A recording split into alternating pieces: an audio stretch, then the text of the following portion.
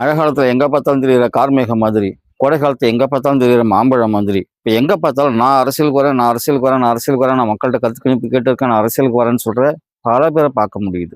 அவர்கள் ஒருவராக திரு ராகவா லாரன்ஸ் அவர்களும், நான் அரசியலுக்கு வரேன், கருத்து சொல்லுங்க, எந்த கட்சியில வரேன்னு சொல்றேன், எப்படி வரேன்னு சொல்றேன், எங்க போட்டியிடுறேன்னு சொல்றேன், திருச்சி கிழக்குல போட்டியா, தவேக்கா சார்புல போட்டியா அப்படின்லாம் காணொலிகள் வெளியிட்டுக்கிட்டே இருக்காரு. அரசியல் அவ்வளவு மலினமா போயிடுச்சா? எல்லாருமே எம்ஜிஆர் ஆக தான் முயற்சி பண்றாங்க. எல்லாரும் எம்ஜிஆரா இருக்காங்களா? அரிதாரம் பூசினவங்களாம் எம்ஜிஆர் ஆகிட முடியாது. எம்ஜிஆர் மாதிரி அடித்தட்டு மக்களை புரிந்து கொண்டு அவர்களுக்காக வாழ்பவர்கள் தான் எம்ஜிஆர் ஆக முடியும். அந்த வகையில அரிதாரம் பூசி விட்டு ஆட்சிக்கு வந்திருப்பவர்களும், அரிதாரம் பூசி விட்டு ஆட்சிக்கு வர துடிப்பவர்களும், அரிதாரம் பூசி அரசியலுக்கு வர துடிப்பவர்களும் எம்ஜிஆர் ஆக முடியுமானா கண்டிப்பாக இல்லை. இந்த அரசியல் பொதுவானது.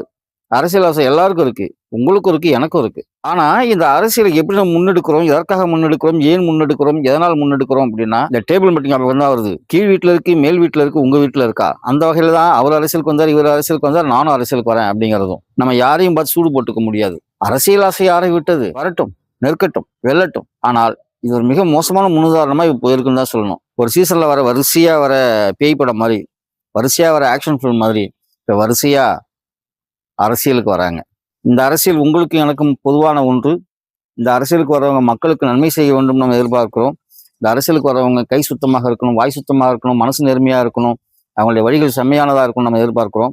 இதையெல்லாம் விட்டுட்டு ஏதோ ஒரு புகழ்ச்சிக்காகவும் இனக்கவர்ச்சிக்காகவும் பெருமைக்காகவும் அரசியலுக்கு வரணும்னு நினைச்சாங்கன்னா அது அவர்களுக்கு தோல்வியை தான் கொடுக்குங்கிறதுல எந்த விதமான மாற்று கருத்தும் கிடையாது. திரு ராகவா லாரன்ஸ் அரசியலுக்கு வரேன்னு சொல்றாரு. ஏற்கனவே ரஜினிகாந்த் அவர்கள் அரசியலுக்கு வரேன்னு சொன்னாரு, ஆனாலும் அவர் வரல, அதனால என்னால் அரசியலுக்கு வர முடியல. அதன் பிறகு இப்போ நண்பர் விஜய் அவர்கள் அரசியல் ஜெயிச்சு முதலமைச்சரான பிறகு என்னுடைய அம்மா கட்டின பர்மிஷன் கேட்டு அவங்க என்ன போக சொல்லிட்டாங்க, நான் அரசியலுக்கு வரேன் அப்படின்லாம் சொல்றாரு. என்ன செய்ய போறாங்க? சூடு கண்ட பூனையாக ஓட போகிறார்களா அல்லது புலிகளாக ஜெயிக்க போகிறார்களா? இது அவர்களுடைய தனிப்பட்ட செயலில் இருக்கிறது. அவர்கள் எப்படி அரசியல் ஜொலிக்கிறார்கள் என்பதில் இருக்கிறது. அரசியல் பார்வையாளனாக இதையும் பார்ப்போம். நன்மை செய்தால் வரவேற்போம், தீமை செய்தால் கடுமையாக கண்டிப்போம் என்பதை தெரிவித்துக் கொள்கிறோம். திரு ராகவா லாரன்ஸ் அவர்களை அரசியலுக்கு வரவேற்கிறோம். நன்றி, வணக்கம்.